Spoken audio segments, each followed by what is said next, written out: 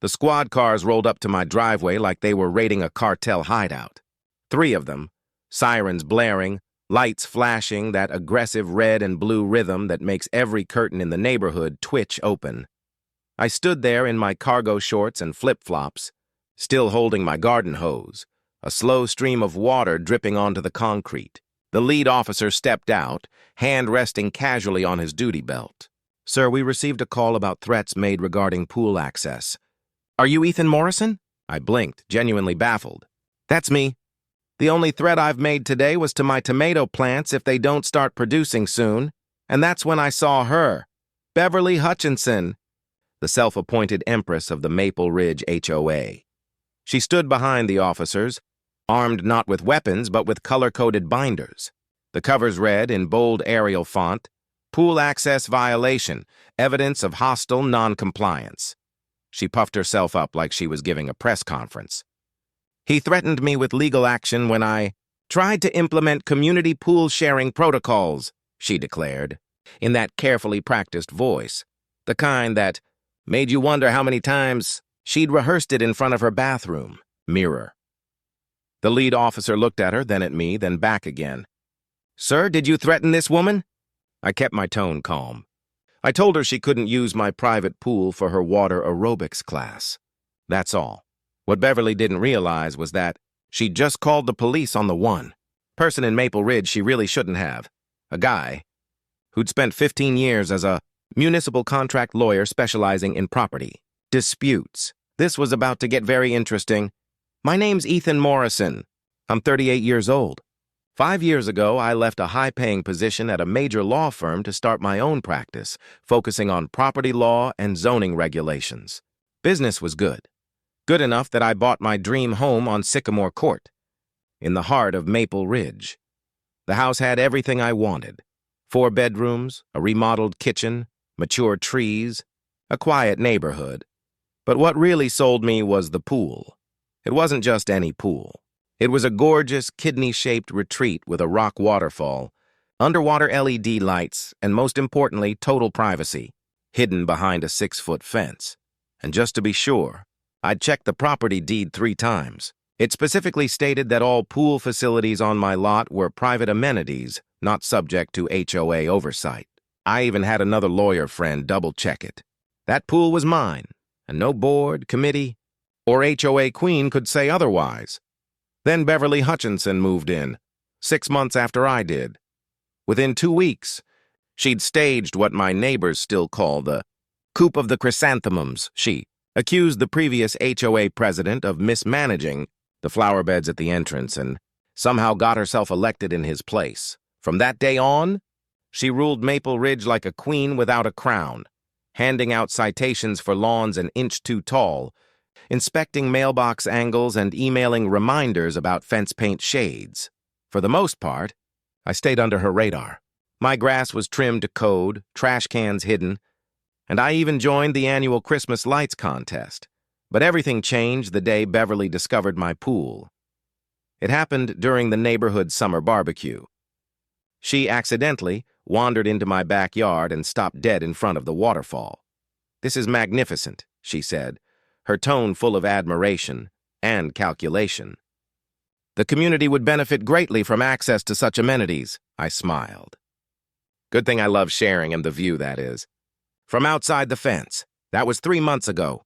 Since then, Beverly's campaign to claim my pool had gone from petty to personal. It started small. Little comments at HOA meetings about underutilized community resources and the spirit of neighborly cooperation. Then came the letters. Each one looked more official than the last, urging me to open my pool for scheduled community wellness hours. I responded politely but firmly, citing the property deed and relevant state laws. Every reply seemed to make her angrier. A week before the police showed up, she actually posted a sign on my gate. "Community pool hours, 10 a.m., 4 p.m. Monday through Friday." I tore it down and replaced my lock. She didn't stop there. She mailed out neighborhood surveys, asking if residents supported equal access to all aquatic facilities within Maple Ridge boundaries.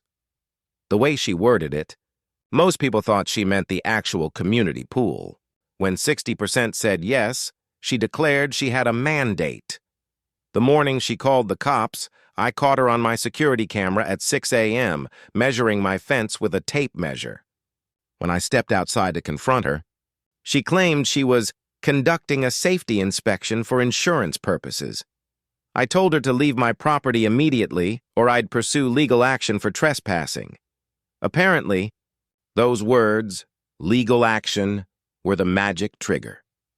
To Beverly, being threatened with lawsuits was the same as being threatened with violence.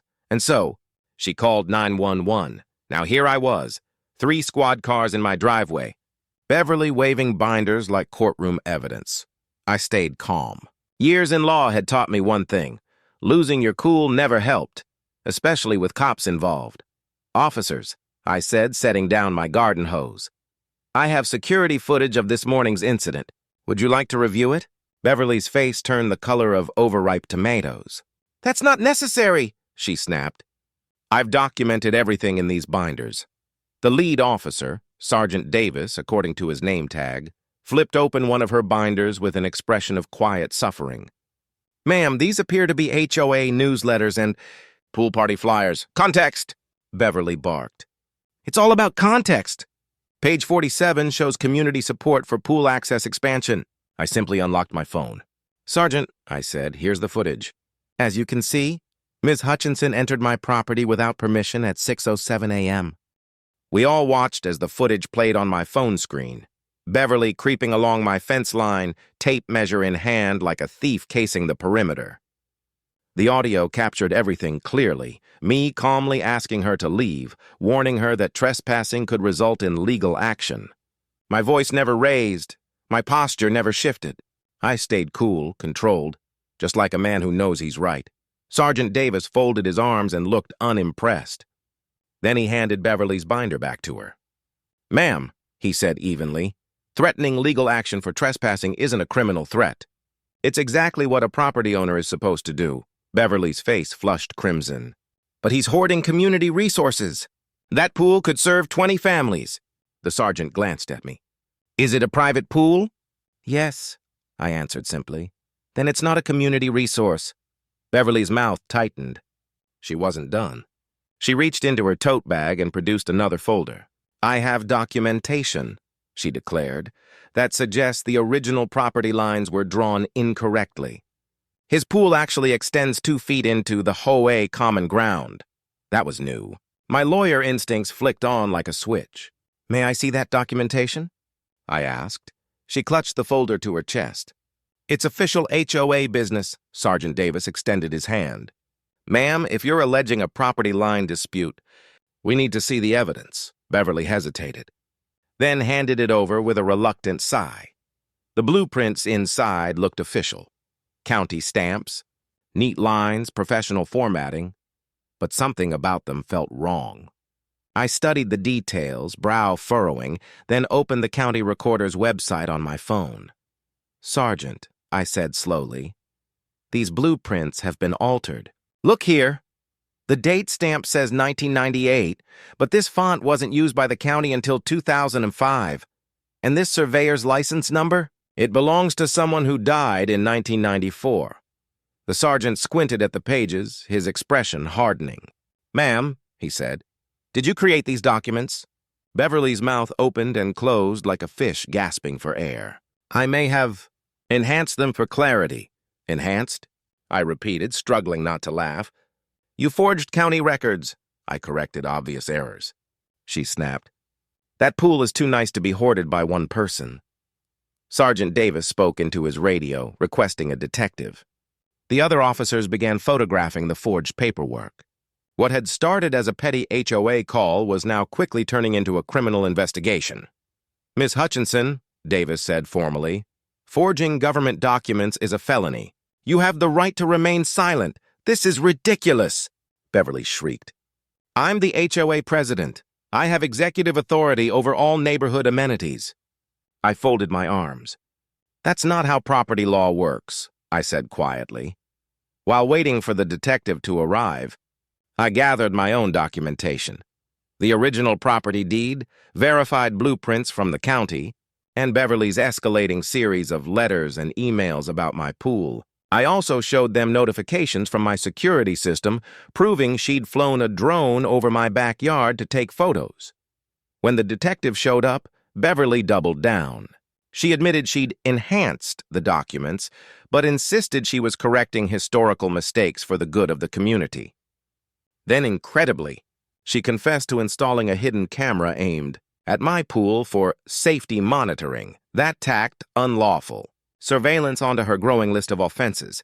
The detective calmly explained she'd be receiving a summons for multiple felony charges, forgery, filing false documents, and invasion of privacy. "You can't do this," Beverly cried as officers escorted her back to her house to seize the surveillance equipment. "I'm trying to build community. He's the selfish one." That evening, an emergency HOA board meeting was called. Word of the incident spread like wildfire through the neighborhood group chat. By the time I arrived, the community center was packed wall to wall. Beverly sat at the head of the table, pale but defiant. "I move to invoke Article 15 of the HOA Charter," she declared. "Presidential immunity for actions taken in good faith for community benefit." Harold Garrett, the board treasurer, adjusted his glasses and sighed. "Beverly, Article 15 covers emergency landscaping expenses, not felonies." "It's a gray area," she shot back. I rose from my seat in the audience. "If I may address the board, I'd like to present some information." Beverly pounded the table. "You have no standing here. This is an HOA matter." "Actually," said Margaret Wong, the board secretary, "as a homeowner and the victim of the alleged crimes, Mr. Morrison has every right to speak." I stepped forward, a folder in hand. "Board members, Ms. Hutchinson's actions have exposed the HOA to significant legal liability. Forging documents in the HOA's name, conducting illegal surveillance, and filing false police reports could result in lawsuits that would drain our reserve funds. Objection!" Beverly yelled as if the room were a courtroom. I continued.